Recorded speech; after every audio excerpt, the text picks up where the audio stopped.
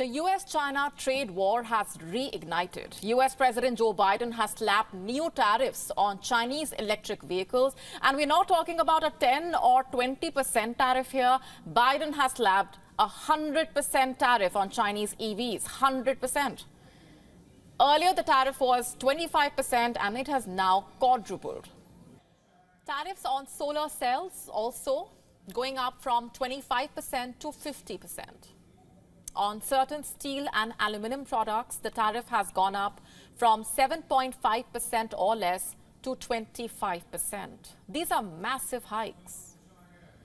All in all, the White House says the tariffs announced are estimated to hit imports worth $18 billion. The tariffs will be phased in over 3 years. This year, the tariffs on EVs, solar cells, syringes, needles, steel and aluminum will take effect.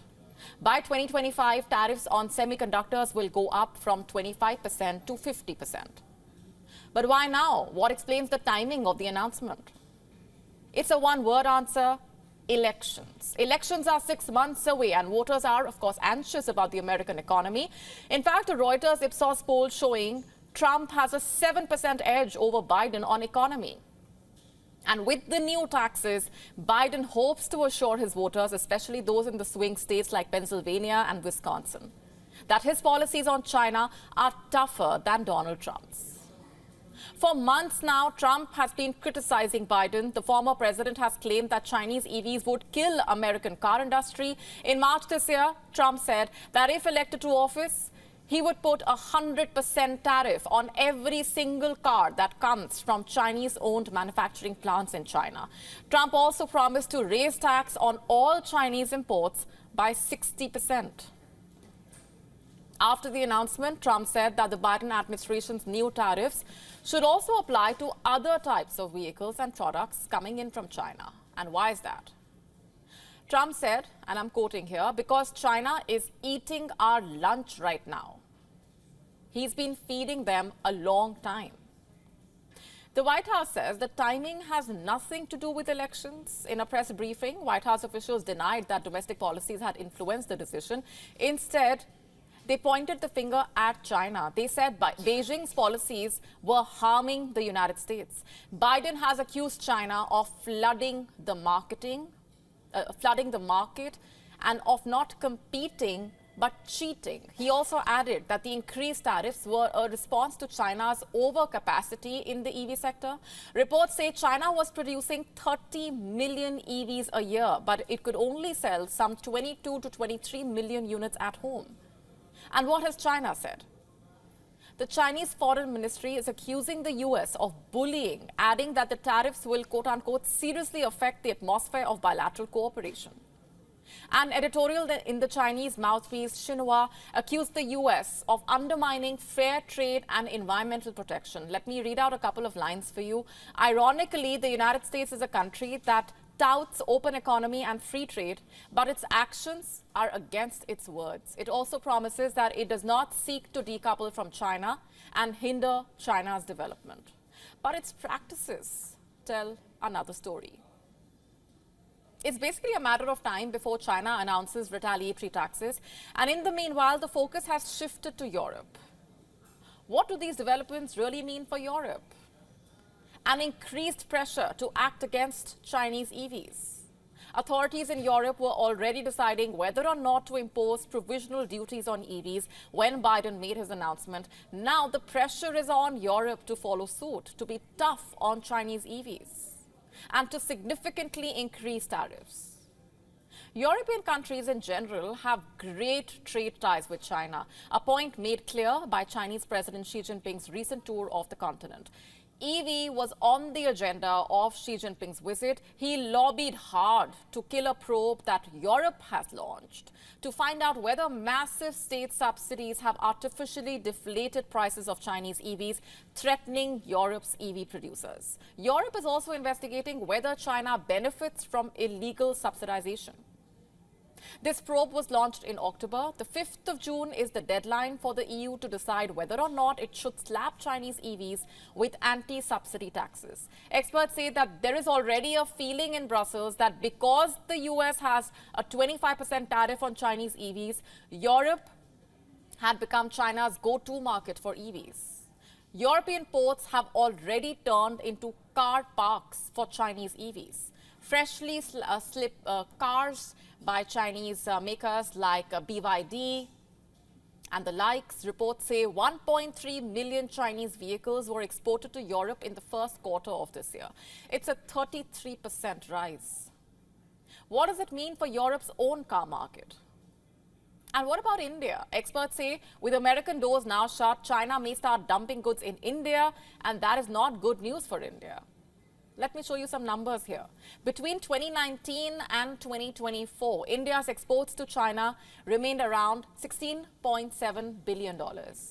But when it comes to imports from China, it grew from $70.32 billion to $101.75 billion. That's a 44.7% surge. Expect this number to go up now that the US-China trade war has reignited.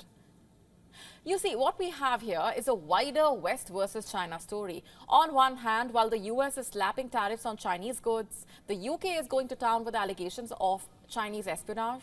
Earlier this week, the UK charged 3 men with offences under the National Security Act. One of the men worked in a London branch of Hong Kong's trade office. Another is a UK border force officer.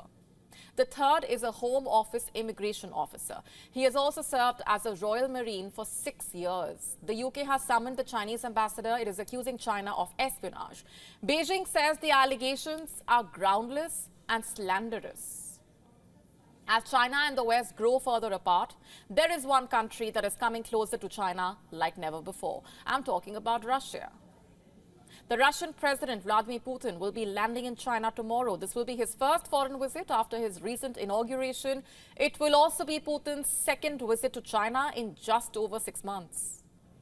In an interview with Xinhua, Putin said, and I'm quoting here, "Today, Russia-China relations have reached the highest level ever, and despite the difficult global situation, continue to get stronger." Officials say Putin and Xi will discuss bilateral ties, international and regional issues. You see, Russia has become an economic lifeline for the country after the West hit Moscow with economic sanctions. Russia has become China's top crude oil supplier. Oil shipments to China jumped over 24% in 2023. This is despite Western sanctions. In 2022, China and Russia declared a no-limits partnership during the upcoming visit. Putin and Xi, both in their 70s, will be taking part in an event celebrating 75 years since the Soviet Union recognized the People's Republic of China. Time now for Gravitas Recall. The day is the 15th of May. 96 years ago, on this very day, Mickey Mouse made his debut in World Disney cartoon. Mickey was part of a film called The Plane Crazy. It was a 6-minute silent film. Mickey Mouse appeared in it along with his girlfriend, Minnie Mouse. In the film, Mickey is seen trying to build a plane and imitate American aviator Charles Lindbergh. He is the man, remember, who made the first non-stop flight from New York City to Paris. He covered the distance of 5,800 kilometers in 33.5 hours. Lindbergh flew the entire distance alone. Mickey wants to be like him, so he builds a plane, runs a simulation, runs checks. But on the D-Day, the plane hits a tree and is destroyed. Mickey builds another plane, this time using turkey steel. But this flight also ends in disaster when Minnie refuses to entertain Mickey's request for a kiss. The film was released as a sound cartoon a year later. Over the next 9 decades, Mickey Mouse would go on to become one of the most iconic cartoons in history and also the mascot of the Walt Disney Company.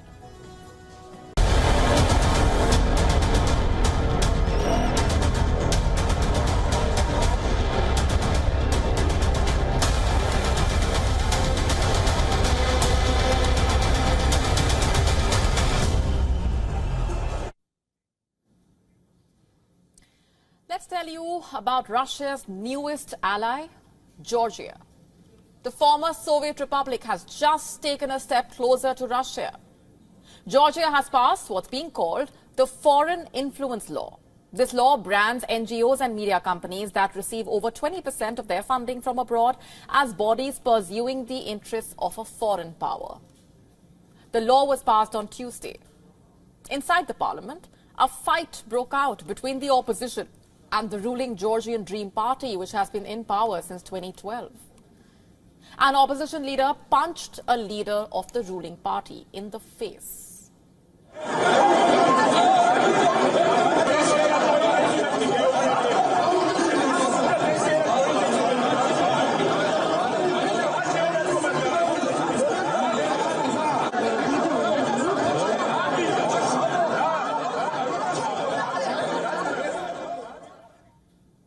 Protesters clashed with riot police and shut down a major intersection in the capital.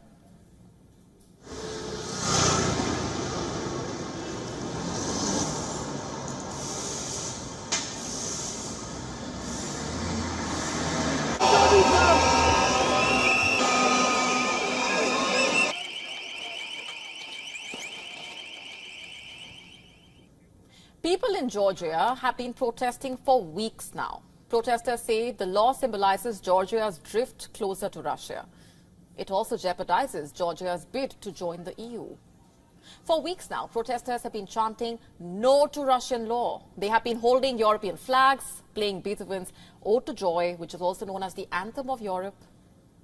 Georgia's bid to the EU and NATO memberships, enshrined in the constitution, it applied to be part of the EU in 2022. The country was granted candidate status in 2023. After the vote, EU's Foreign Affairs chief issued a joint statement with the Neighbourhood Commissioner. It reads, "The EU stands with the Georgian people and their choice in favour of democracy and of Georgia's European future." Opinion polls showing that a majority of Georgians in a nation of 3.7 million want to join the EU. So what explains the law? The government says the law is necessary to stem what it sees as harmful foreign influence.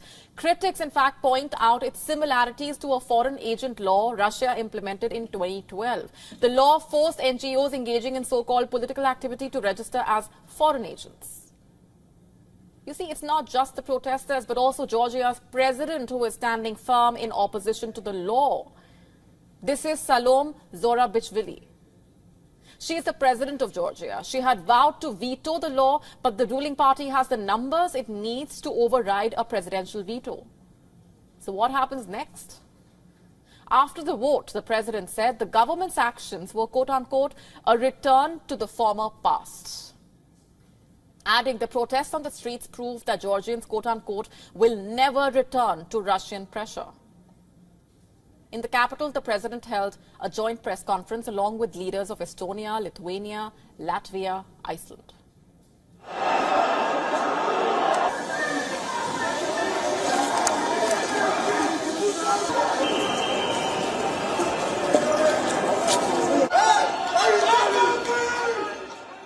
Let me be very clear.